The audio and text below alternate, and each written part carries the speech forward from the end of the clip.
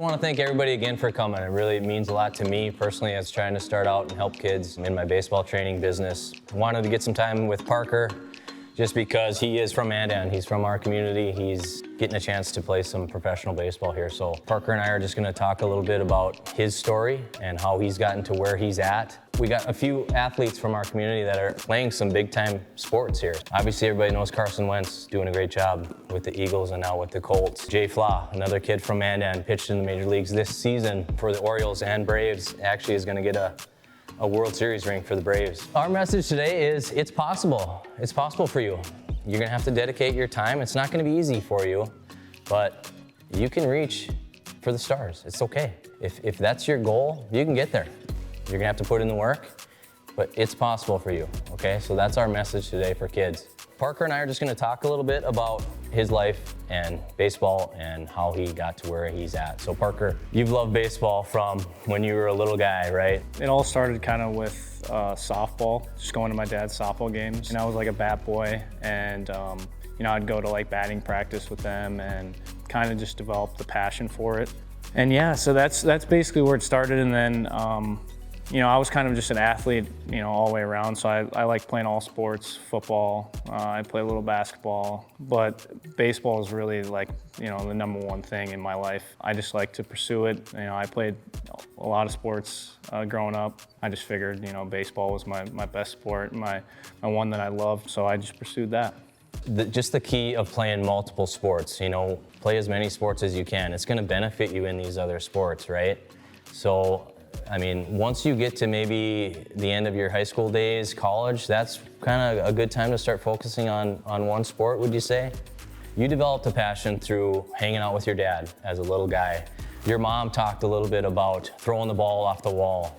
I used to do that at my grandparents' house too. We had a wall and I would just throw that ball.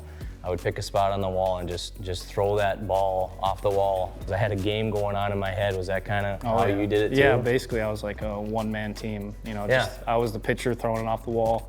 If it was hit at me, I'd field it and then I'd throw it again and it would come back and I would be like a first baseman. So it was basically just all in my head. I had no siblings growing up, so I was just basically playing by myself outside and being passionate about something. I loved football growing up. I wasn't as passionate as I was with baseball. Like I love playing. There's nothing better than playing a football game, in a football game with like the crowd, cheering and hitting someone. Like that's like my favorite thing. But right. I despise practicing football. But with baseball, like high school all the way through my my college career and now, I love going. I can just go outside and practice it every day. And now it's my job right now, so I definitely enjoy that. Yeah. So you're from Mandan. So where did you go once you probably played maybe T-ball? Did you start at T-ball and work your way up? There was one point in my life that I remember when I was younger. I don't know what my age was, but I think it was like Babe Ruth, maybe like Cal Ripken, and there was like a skills competition. There was like 3 things, like throw the ball as far as you can, hit the ball as far as you can, and it was like running the bases or something. And at the end, I just got first place, and I had no idea, I was doing anything good or anything. And then I kind of realized like, oh, maybe I'm, pretty good at this. Sure. And so that just kind of, spiraled into like playing, with the Mandan A's at a young age. A lot of the older guys were like, kind of surprised at how young I was playing with them and how well I was doing.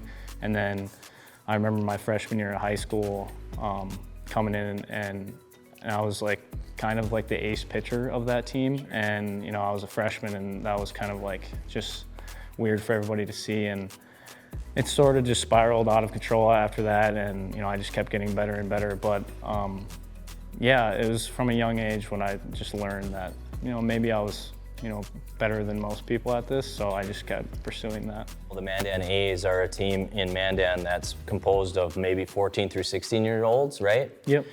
So Parker was 13 when you played on the A's, right? So you're starting to get this feeling of, hey, I'm all right at this sport. as a 13-year-old playing against 15 and 16-year-olds, a lot of the competition at that age is playing against small-town teams in North Dakota. So you're playing against 17, 18-year-olds at that age too, right? So that probably benefited you too, wouldn't you say? Oh yeah, for sure. Just like that was probably the most competitive baseball I played at that time.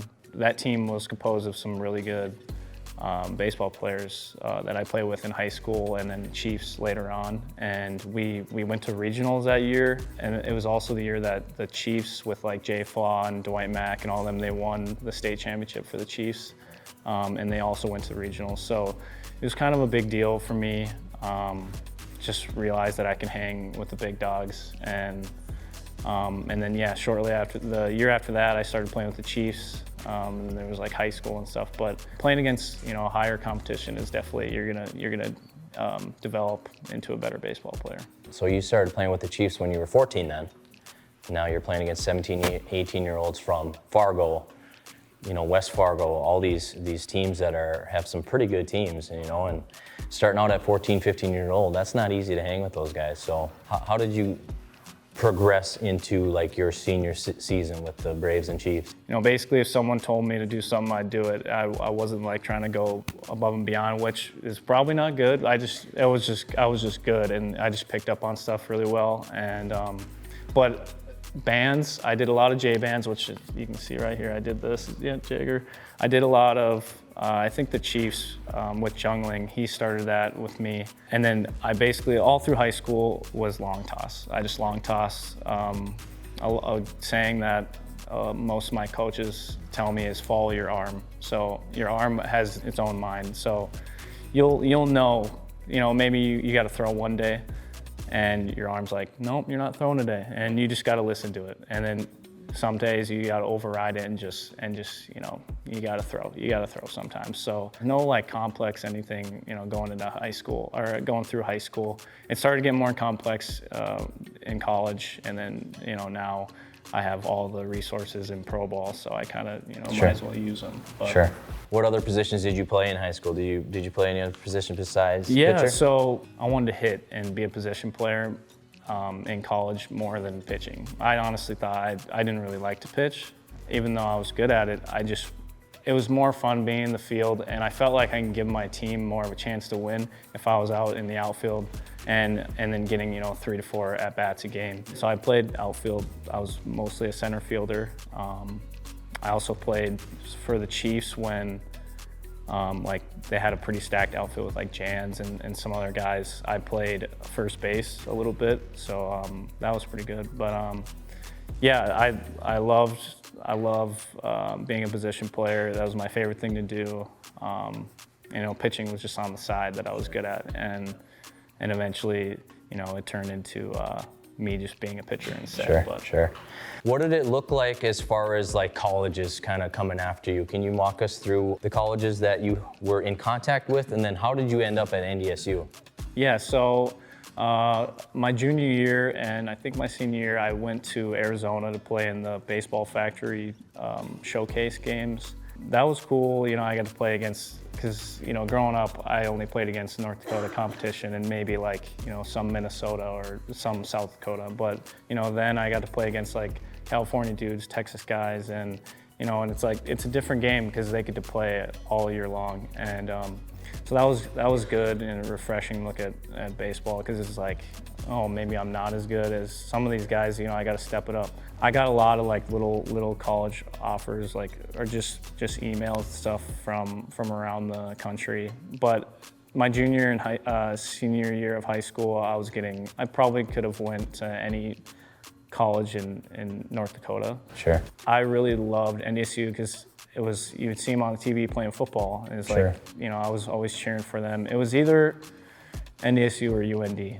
And I'm happy I picked NDSU because UND's not a baseball program anymore. But I reached out to Todd Brown, who was the head coach then, and sent him some video of me hitting, pitching, and just like and some words. And he's like, hey, we already know about you, so he's like, you don't have to worry about it. We'll keep in contact with you. You initiated that? I initiated it, Okay. which I thought was pretty important. I mean, if you're looking to go to a baseball college or any college, I would say to reach out first.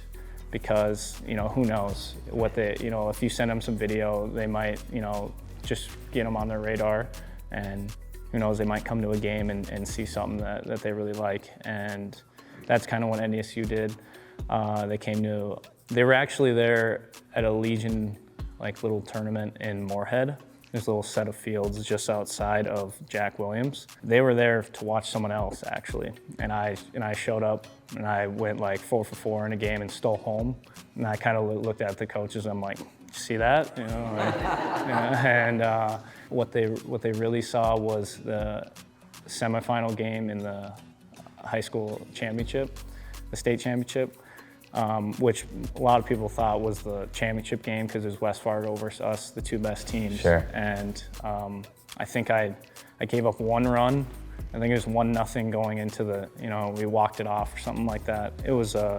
I pitched really well, and they really liked my passion. I was hooting and rawing the whole time. So Coach Pearson, who's not there anymore, he was the hitting coach. He really liked me because of basically my passion for the game and just really going out there and playing. Technically, I was a walk-on. I didn't get a scholarship right away, which I don't want anyone to get deterred by that, because if you work hard enough, you can eventually get you can get your school paid for. And baseball, you don't get your school paid for all the way. We don't get as much money as football or basketball, but yeah, you can, and a lot of people doubted me, thinking that I shouldn't go Division I or NDSU, or they would chew me up and stuff like that. And I was like, I don't care what you say, I'm gonna go to NDSU. Yourself, right? Yeah, I just believed in myself, just went with it, and it worked out. I want you kids to take just a quick note of that. He didn't get a scholarship going to college. He believed in himself, and he believed in his ability to compete at that level. And even though he had people telling him, this might not be your best option, he trusted what he had in his heart, and he believed that he was good enough to play at that level. Now you're playing at NDSU.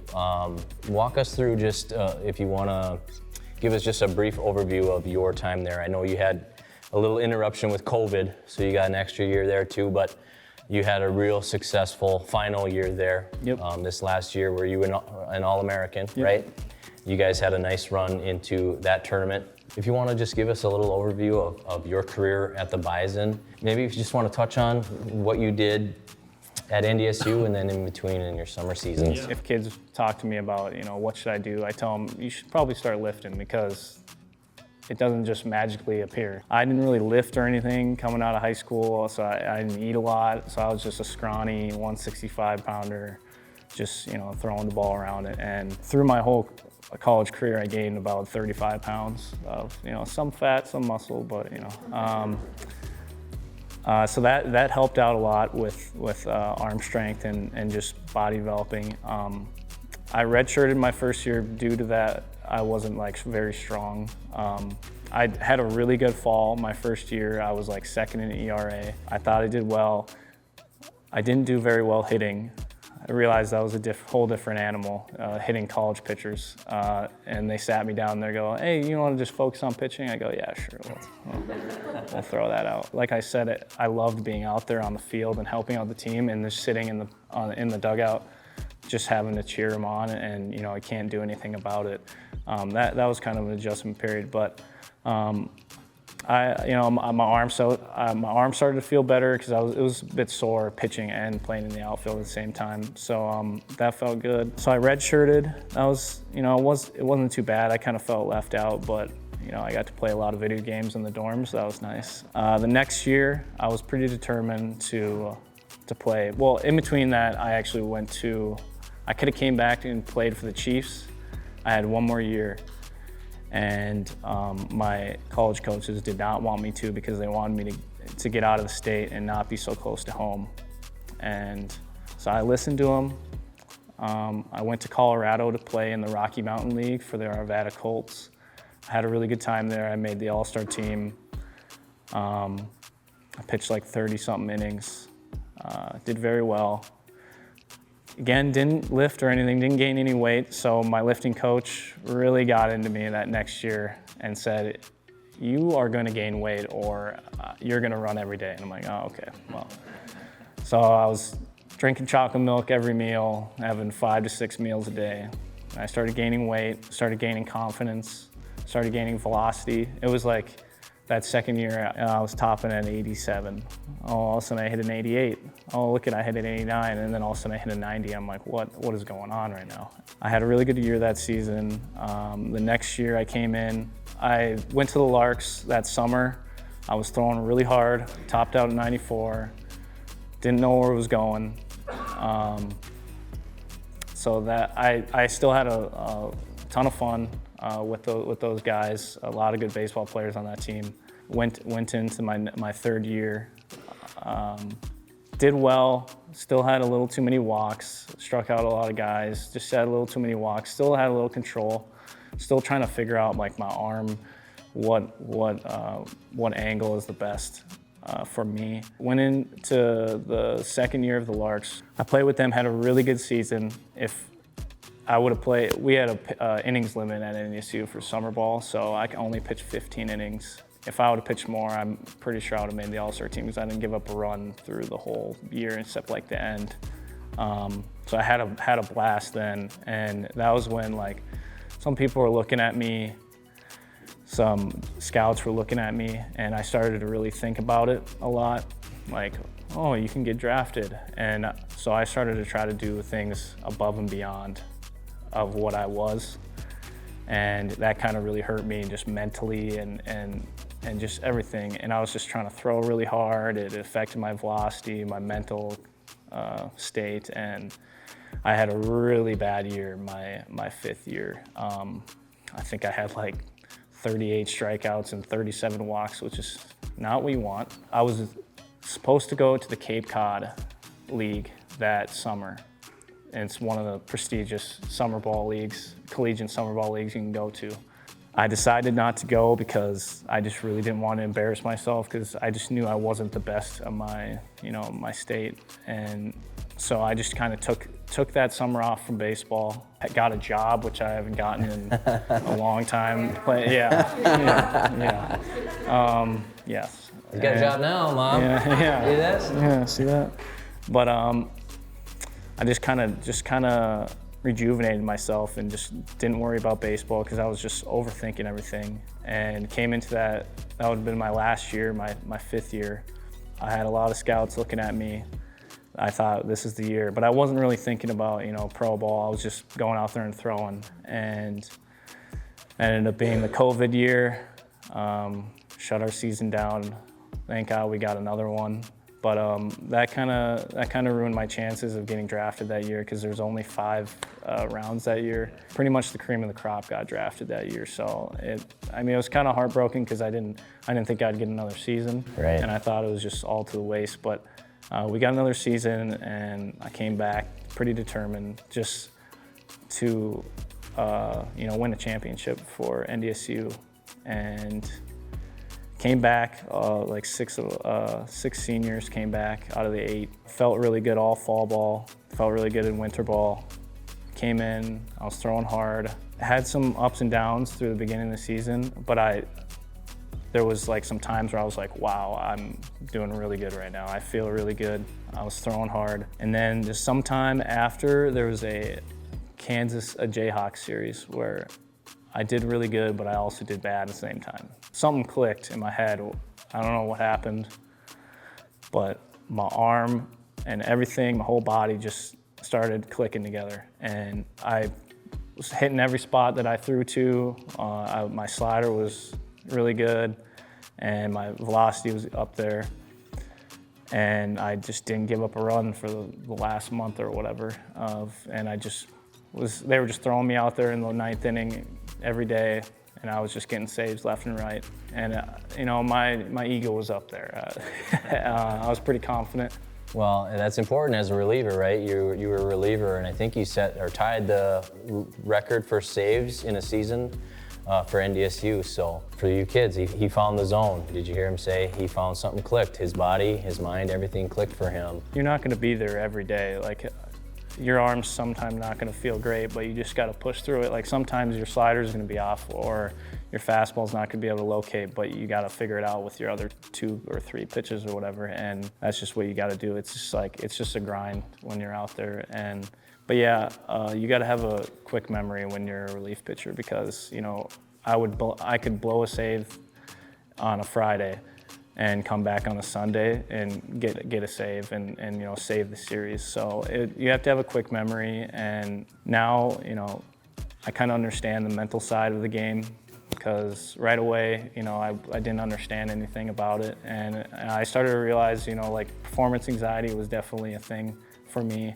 Whenever I just stepped between the lines, like something just happened in my brain that I couldn't handle it. But now, you know, I'd rather be pitching in a professional, you know, outing than talking to you guys because this is scary right now. But I'd rather be on a mound, you know, in front of hundreds of, you know, thousands of people. So one thing quick, I want to interrupt you though, Parker. Yeah. Baseball is a game of failure. Oh, yeah. You're gonna fail. It doesn't matter how good you are. It doesn't matter who you are. If you're Bryce Harper, if you're, you know, Giancarlo Stanton, these guys fail. They strike out, they drop a ball. These pitchers are gonna walk guys, they're gonna have bad outings. The difference is the mental side. It really is, to be able to fail and bounce back from that. You're gonna miss a ball, you're gonna make an error. Everybody does that, but it's the guys that can separate themselves mentally and overcome those failures that are gonna succeed, wouldn't you say? You guys know of Jay Flaw, Josh mentioned him earlier. He, you know, he was up and down his college career. You know, people knew he had the talent, he wasn't showing it. And he went to a summer league in like Washington or Oregon, I think. Did really well and just found confidence, and mentally he just decided that he was better than everyone else, and that's what a lot of my pitching coaches, you know, harp on. It's just you and the other guy is the hitter, and if you believe you're better than him, you're gonna be better than him. And that's what Jay found, and he had that breakthrough season, and then he got drafted, and now he's where he's at today. So yeah, it's, you know, I'd say a lot of it's mental, you know, the aspect of the game. There's something about believing in yourself and carrying that confidence out onto the mound and just believing, I'm better than you. I'm gonna blow this guy away. And there's baseball gods out there, because I had an outing against ORU where I was doing really well, and then I chirped him, and I yelled at their bench, and the inning after that, they started shelling me, and I knew right after that, I was like, I need to stop doing that, because there's karma in baseball. Sure, so you gotta absolutely. You gotta keep an even keel as much as you can. So throughout all this, Parker, any issues with your arm, like serious arm issues at all? What did you do to keep your arm healthy? Just take us through maybe some stretching. Did you ice a lot? What kind of stuff did they have you doing at NDSU to make sure you stayed healthy? Yeah, during college, I didn't do much, to be honest. I was fortunate that we had trainers there that, you know, whenever I needed something, they could come help me. But there's a lot of like, I know some of you kids don't know, but there's like scraping that just helps bring in new blood to your arm. That I did a lot of cupping. I know you guys probably seen like Michael Phelps or something like that. Those little marks. I had cupping on my shoulders, my arm, my bicep. I don't really ice, even though now I do like hot and cold, but I'm not like a big like just sit in the training room, because I always thought if you're in the training room all the time, you're gonna end up in the training room, as a bad thing. So I try to stay out of there. It's hard because right now in pro ball, it's like I'm like a kid in a candy shop. I look at a wall and there's so many things to grab, and they teach me all this stuff to how to use it, and you know, I just kind of throw around with it or whatever. But I know arm care is huge, because in college I did do like a lot of manual work and like weighted ball stuff, not like throwing it into a wall or anything, but just kind of manual stuff, a lot of bands.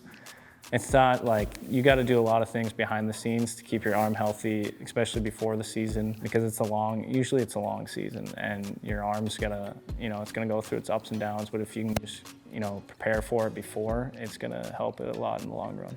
Now we're kind of at the point where you're finishing up with the Bison, right? You had a great final year there. You're thinking maybe about the draft here a little bit. Do you have a chance? You're kind of in contact with some teams? Yeah, I knew from my performance that I'd get some looks, and I did a lot of questionnaires. Like probably half of the MLB teams sent me a questionnaire about just my life, baseball-wise, like my arm health, everything. I was pretty optimistic about that. I got a call from a Royal scout, Matt Price, who was the area scout. He got about 5 of the Royals draftees or whatever. He called me. We had a pretty serious talk, probably about an hour and a half, of just how, I'm old, and I get that. I was older for the draft because, if you're over 22, you're going to lose a lot of money in the draft. Sure. I completely understood that. I just wanted to get a chance, and he knew I was passionate about it. He saw me in the Kansas Jayhawk game, and he sparked his attention. He talked to some of the big league guys, sent him some video, and then they kind of watched me after that. I went to a pre-draft camp that they had that a lot of like their top prospects go to. I threw a bullpen for them, set in front of the head pitching coordinator. He said he liked me. He actually wanted me to drop down to a sidearm underneath. Oh, wow. And I was like, whatever you want me to do, I don't care. I'll do whatever. But they liked my moving on my fastball, my mental state, how I compete. Before the draft, I was actually golfing with some like the Haugans, and like the Cardinals texted me and they go, "Hey, would you sign for this?" And I go, "Yeah, I don't know." And and then I also had the Mariners and the Rays were kind of talking. And I've also heard from like some of my coaches that I was on some of their draft boards. So I was like, oh, okay.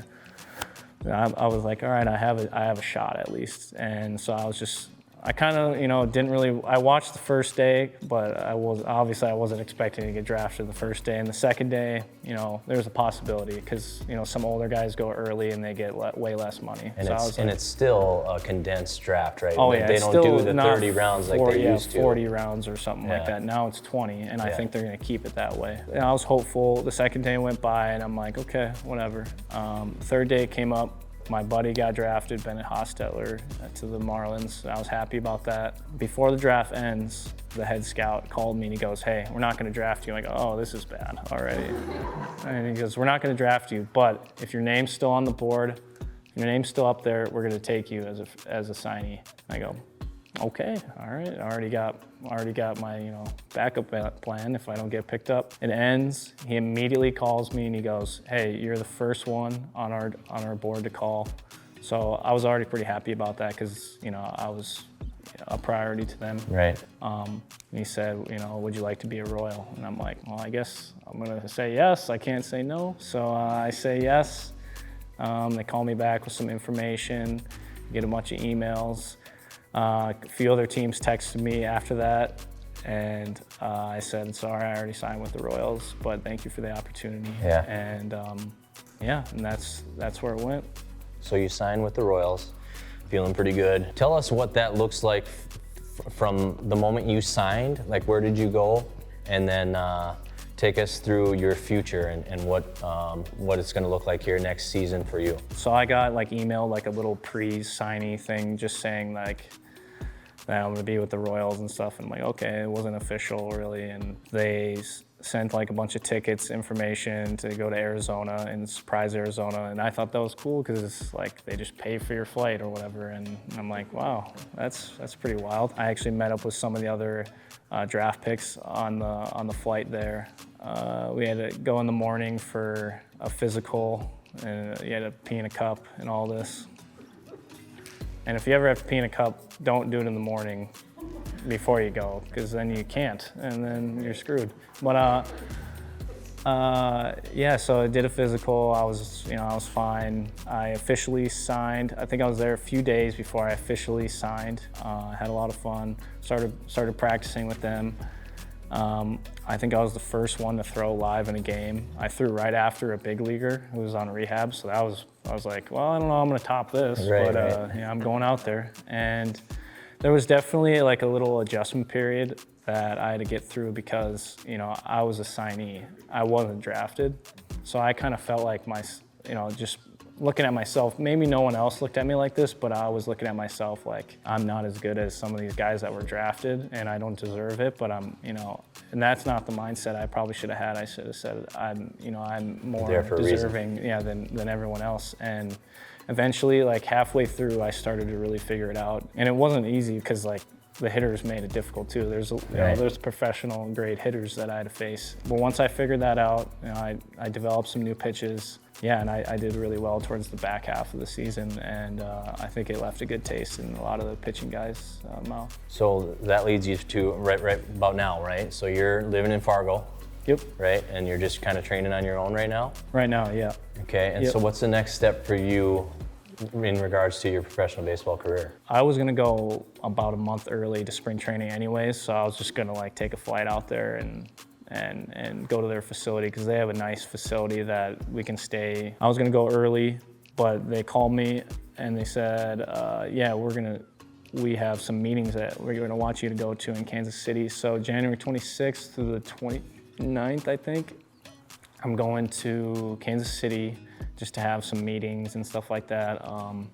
Don't really know exactly what it all entails, but after that, they're sending me right to Arizona for a week of winter camp. So I'm guessing it's gonna be conditioning and it's gonna suck. And there's like 2 weeks more until spring training, so I'm just gonna stay there and just wait that out and work out there because they have a state-of-the-art facility and stuff. So I'm just gonna throw a workout there, and I think I'm just playing for my spot on an affiliated team. I don't know which affiliate I'll go to, but I'm guessing, based on my performance is where I'll go. And based on me being older, usually they like to send guys that are older a little higher up because they're more developed and, have more experience. So, who knows, I can go straight to AA, and AA, AAA is where you get a shot. If you get it to AA, you basically made it. You get a chance to get a call any day. Yeah, you can get it. It's very possible for you to get a call in AA. Obviously, you got AAA, you're on the doorstep. It's just like someone gets hurt, you're the next guy up. But AA is where you make it. Well, I want to tell you, Parker, just from me and a lot of the community here, just is super proud of you, man. Just rooting you on and hope to see you in the big leagues one day. I know that's your dream, to step on a major league mound. Hell, I'll probably take a flight out there and be there for that. I'll be right with your mom and dad. So just very proud of you and really thankful that you're here today. Again, want to thank everybody for coming. Anything else you want to finish up with? If you guys are passionate about baseball, just go all in. Obviously, I said, play a lot of sports. It's good because playing football, you got to be like shifty and stuff. In baseball, you don't have to do that, but you're already developed in a different way that some guys that are only playing baseball are gonna, not have. So if you're passionate about it, what sets some guys apart, some of the guys that actually care about, want to go to practice and want to get better and just passionate about baseball, those are the guys that are going to succeed in the sport. So yeah, that's probably one of my biggest things is that, and go work out. That's about it. So you can set yourself apart with some passion. Pull up some pictures of Parker on the internet or go to my Instagram page, and almost every picture I have of it is him. You probably just struck somebody out and you're doing your little K strut, and you can see, what my point is you can see that passion on his face for the love of the game that he has for baseball. So and get in the weight room. You can set yourself apart. Yep. Be smart about it. If you need a trainer and need help, reach out for that. But it's possible for you. It's possible for Parker. Everybody dreams of being a big leaguer, but you got to put in the work, right? It's a grind. You're going to be 25 years old here, but the dream's not over for you. You got a good chance here, and like I said, we're all rooting for you. So appreciate you guys being here. Appreciate Parker taking the time. We're gonna start some autographs and stuff. We're gonna have Parker camp out over here on the table. You guys are welcome to bring your items that you want signed over here.